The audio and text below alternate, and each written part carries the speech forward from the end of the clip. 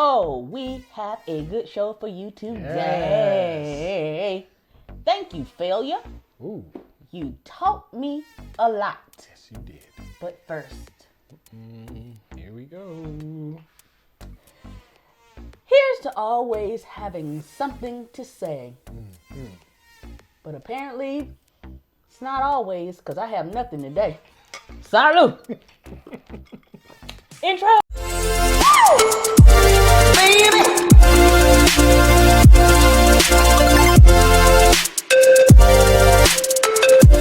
Hi, friends! Hey! Thank you for coming back to see us here at Shauni and Mondi. Yes. I am Shauni. And I'm Mondi. And we are the owners of Urban Well-Bred. Today, That's right. failure. Whoa. Thank you, failure. You taught me a whole lot. That's right. Now, I think, mostly everybody knows the meaning of success, failure, lack of success, when things don't quite go how you plan for them to go, whether it be in business or relationships or whatever, right? But for me, early on in my life coming up, I had to learn how to move forward and accept failure, right? Not knowing that it could help me later on in life, right? Because back in our day, and even right now, adults don't tend to look at children as people. They kind of tend to look at them as little things that they've got to take care of, right? Get on outside. Right. Like they have no thoughts, feelings, emotions, or nothing of the sorts, right? And they kind of didn't care about your feelings, Not right? No. And so when you have that situation, they didn't really care about your feelings, really, also when it didn't coincide or commingle with their own feelings. True enough. Okay? So I kind of knew with my personality that I was the type of person that wanted to be successful at things. I wanted to prove people wrong. I wanted to do things in spite of. And I learned that failure comes along with that, right? But I also learned that failure can be an amazing thing. Yes. Failure can be an amazing thing if you're willing to accept it as that. If you've got an emotional attachment to failure to the point where if something bad happens, you just get down in the dumps, it's just going to take over your whole situation, your whole life. And it will always be that way to you. You'll always think of failure as a bad thing. A lot of people, I have a very strong personality, right? And I learned to look at, don't do that. I had to learn early how to take failure and use it to my advantage, right? Because when you don't have a lot of support, you have to rely more on yourself.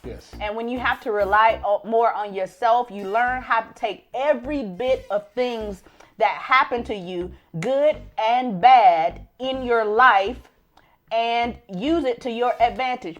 But on the flip side, when you have a person that don't have that I'm gonna do in spite of personality, like when you have a person that absolutely needs the support of other people around them in order for them to feel like whatever they're going to do is going to be successful, I beg you to reevaluate that. Because I have learned over time that you don't need as much emotional support as you think you need if you are determined to get something done. Right? Because if you tell me you can't do this, it's impossible for you to be able to do that, you might as well have told me that it's easy breezy. Because I'm going to do it in spite of. But if you have the type of personality that you need people to tell you it's going to be good, it's going to be okay, you're going to have to reevaluate that, because failure comes with success. And oftentimes it comes before success, right? And you have to, most of the time, and you have to learn how to be able to take that and refocus your idea of what success really is, because success is, what failure really is, because it is a better teacher than success. True. It's like 10, 20 times better at teaching you things than success. Absolutely. Because if you're at the bar and you walk up to a girl and you just kiss her and she slaps you, you know that that's not going to work. That's failure. Yeah, don't do that. So you have to reevaluate things. Yeah, let me tell you this. Thomas Edison, okay? Him and his team come up with 3,000 theories on how to make an incandescent light bulb, and how to make that light bulb not only come on, but stay on until you turn it off. Okay. Right? And when it came to the practicality of it, it took him over 1,000 tries at trying to get this light bulb to work before he got it. Now, most of y'all, ain't gonna go with that. I would have stopped at 25. Or less than that. This ain't gonna work. Done with it. This ain't gonna work. And that's usually what we do. We throw up our hands when something doesn't work. And you cannot throw up your hands when you fail. No. You've got to look at this thing as though, okay, I got to try something different. You got to push through. You have to develop that sense of determination that says, I'm not going to stop until I figure this thing out. Man, success is great. Right? It's great. It's amazing. But failure is the thing that teaches you how to be even more successful. That's right. Why? Because you know now what not to do. Okay? It's easy to come up with things, oh, I could do this, I could do that, I could do that.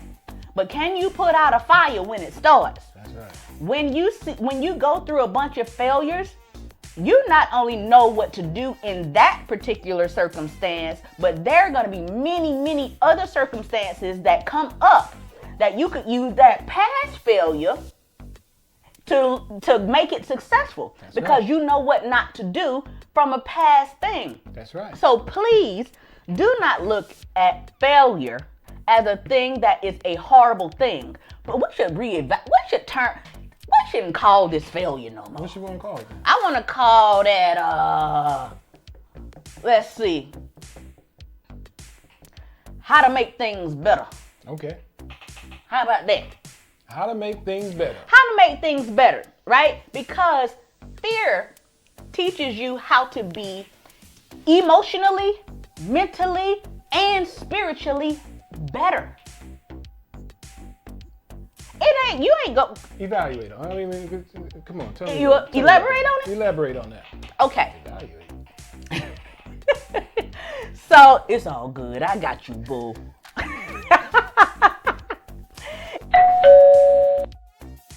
It does teach you how to be mentally better, yes. spiritually better, and emotionally better, yes. right? So let me give you an example. Say you want to start a business, right? Mm-hmm. Say, oh, you keep failing, things it's not going your way. Mm-hmm. You're like, oh, now you got all these failures under your belt, right?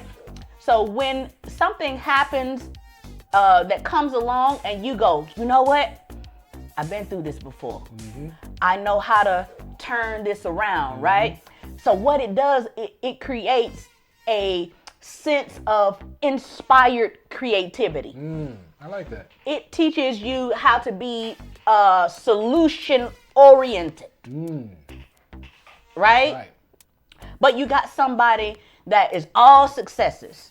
For instance, when the big failure comes, child, they are trying to go off the bridge. They trying to throw themselves out the window. We ain't got time for that. Because we've learned that failure, that we can come through it. That's right. We can mentally come through it. We can emotionally come through it. Mm-hmm. We can spiritually come through it. And on the other side of it, you're going to be greater as a result of it. Yes. So never be afraid of failure.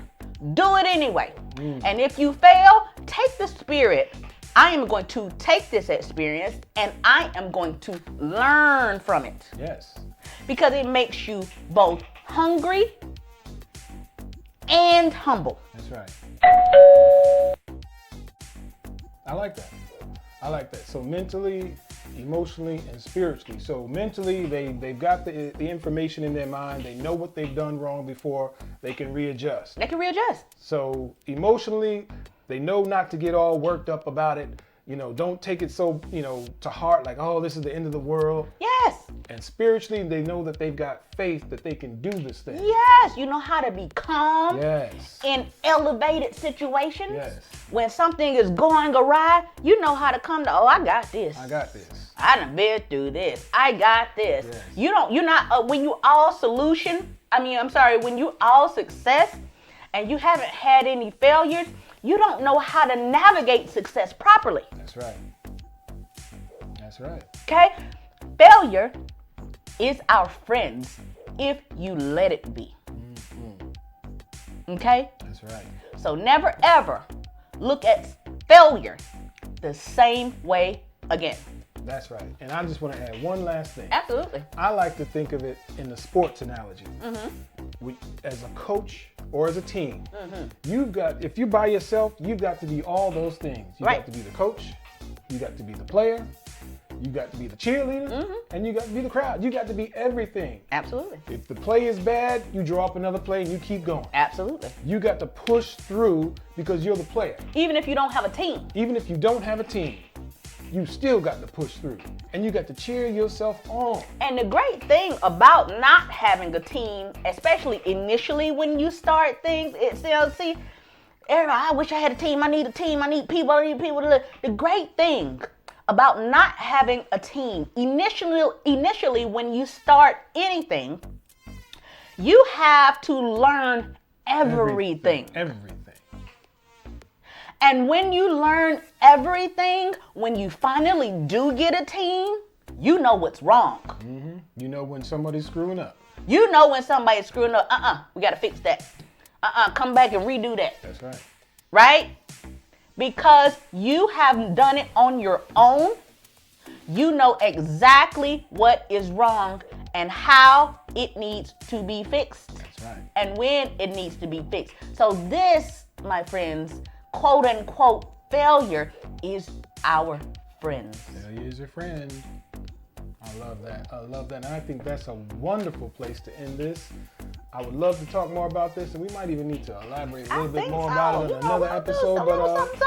Because this is a deep subject. But guys, we want to hear from you. If you got any thoughts, any ideas, any comments, please drop them in the comments box below. Yes. And for fabulous accessories like these, please support us and visit www.urbanwellbred.com. Yes, and please don't forget to like, and share. And please subscribe. Please. We need your subscriptions in order to keep this thing going. Yes. And we got an excellent show for you next week. I'm telling you right now, and I ain't gonna tell you what it is. Until next time, peace.